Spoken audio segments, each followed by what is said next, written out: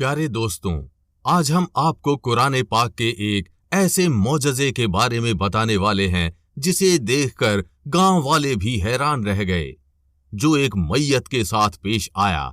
इसके बारे में जानकर आप भी सुभान अल्लाह बोल उठेंगे।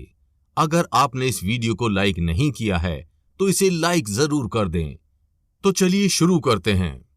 दोस्तों, एक मर्तबा किसी गांव में एक मुसलमान का इंतकाल हो गया और उसके किसी घर वाले या रिश्तेदार का पता नहीं था।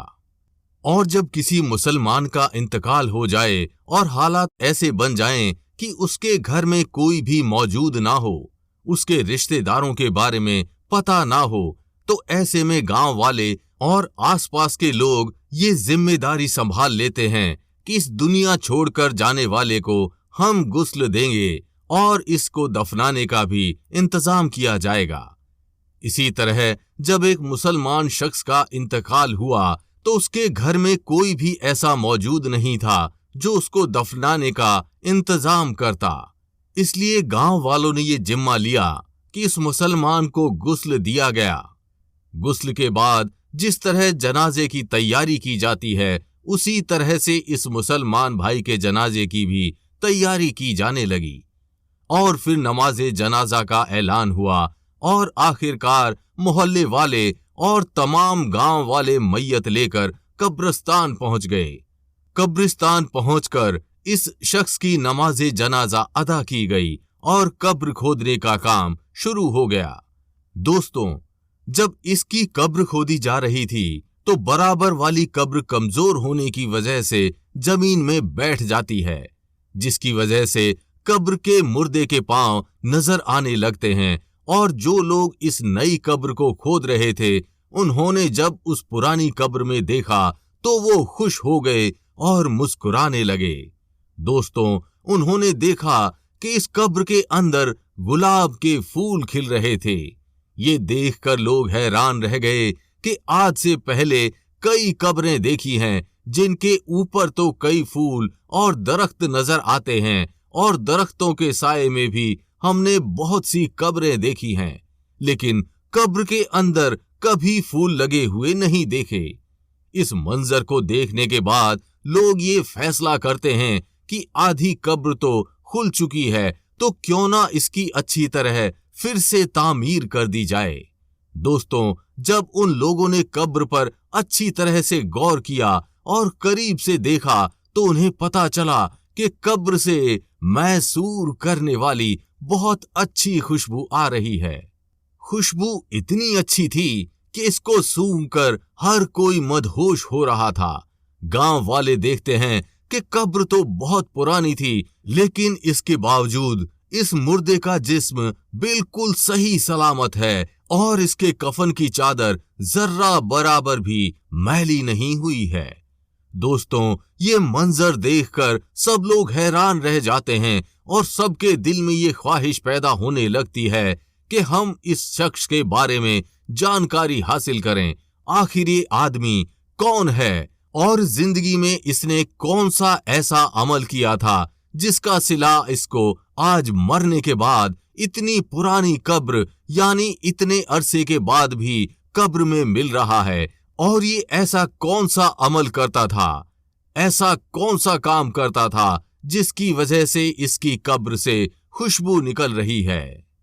चुनाचे सभी ने फैसला किया कि इस शख्स की तलाश जरूर की जाएगी। दोस्तों, इसकी कब्र को मिट्टी डालकर फिर से बंद कर दिया जाता है और जो जनाजा तमाम लोग अपने साथ लाए थे उसको दफन भी कर दिया जाता है। फिर इसके बाद लोग आसपास के तमाम गांव में फैल जाते हैं और इस कब्र के मुर्दे के घर वालों की तलाश शुरू कर देते हैं।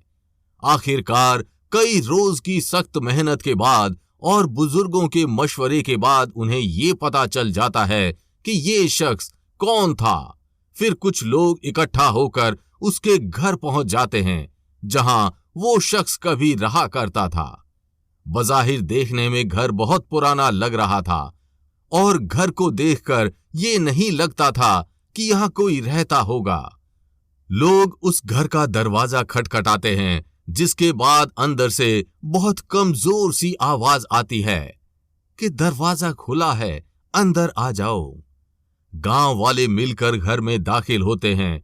दोस्तों, जब वो घर में जाते हैं तो देखते हैं कि इस घर में बहुत कमजोर औरत मुकीम है, जिसकी उम्र बहुत ज्यादा हो चुकी है और उसका जिस्म इंतहाई कमजोर हो चुका है। चुनाचे ये लोग उसके पास बैठ जाते हैं और उससे सवाल करते हैं कि फलां कब्रिस्तान में उस जगह एक कब्र है। बताया गया है कि उस कब्र का ताल्लुक आपके घर से है, तो आप हमें बताइए कि वो कब्र किसकी है, और हमें ये बताइए कि हमने कब्र में एक बहुत अजीब मंजर देखा है कि उस कब्र के अंदर से खुशबू आ रही थी और गुलाब के फूल कब्र के अंदर खिले थे। यहां तक कि कब्र के मुर्दे का जिस्म बिल्कुल सही सलामत था और उसका कफन तक मैला नहीं हुआ था। आखिर वो शख्स कौन था? ये सुनकर वो बूढ़ी औरत एक लम्हे को तो खामोश रहती है और फिर कहती है कि जिस कब्र का तुम जिक्र कर रहे हो वो मेरे शौहर की कब्र है। जवानी में ही उसका इंतकाल हो गया था और वो मुझे छोड़कर चला गया था। लोग सवाल करते हैं कि आखिर आपके शौहर ऐसा कौन सा अमल करते थे कि आज भी उनका जिस्म बिल्कुल सही सलामत है और कब्र में से खुशबू उठ रही है। तो वो औरत कहती है कि मुझे कुछ ज्यादा तो याद नहीं, क्योंकि मेरी याददाश्त बहुत कमजोर हो चुकी है, लेकिन हाँ, एक ऐसा अमल जरूर था जो मुझे आज भी याद है। और मेरा शौहर रोजाना वो अमल दोहराया करता था, और वो अमल ये था कि जब वो रोज सुबह फजर की नमाज अदा करने मस्जिद में जाते तो वो देखते थे कि लोग नमाज के बाद कुरान की तिलावत करने के लिए मस्जिद में बैठ जाते हैं और वहां बैठकर कुरान पाक पढ़ते रहते हैं। लेकिन मेरे शौहर को कुरान पाक पढ़ना नहीं आता था और वो इस बात पर बहुत गमगीन होते थे और रोने की हालत में घर आ जाते थे और आकर कहते थे, मैं कितना बदनसीब हूं कि मुझे कुरान पाक पढ़ना नहीं आता। वो घर में रखे कुरान को अदब से चूमकर अपने सीने पर लगाते, उनकी आंखों से आंसू जारी रहते। कुरान पाक को खोलकर जो भी आयत उनके सामने आती उस पर वो अपना हाथ फेरता और कहता कि ऐ अल्लाह, तूने इस किताब में जो कहा है वो हक है और तू सबसे बड़ा सच्चा है और तेरी किताब सच्ची है। और फिर वो काफी देर तक मुख्तलिफ आयत पर हाथ फेर कर ये अल्फाज दोहराते रहते थे और उनके आंसू लगातार बहते रहते थे। उसके बाद वो कुरान चूमकर उसे सीने से लगा लेते थे और उसको अपनी जगह पर रख देते थे, और ये काम मेरा शौहर रोजाना करता था। मुझे लगता है कि यही वो अमल है जिस वजह से उनकी कब्र खुशबू से महक रही है। दोस्तों, कुरान पाक से मोहब्बत की एक छोटी सी मिसाल आपके सामने पेश की गई है। आजकल कितने ही लोग ऐसे हैं जिनको कुरान पाक पढ़ना भी आता है, फिर भी वो कुरान पाक नहीं पढ़ते। बल्कि बाज लोग तो ऐसे हैं जो कुरान पाक पढ़ने के बाद उसको भूल चुके हैं। अल्लाह पाक से दुआ करते हैं कि अल्लाह पाक हमें और आपको कुरान पढ़ने और उस पर अमल करने की तौफीक अता फरमाए। आमीन, अल्लाहुम्मा आमीन।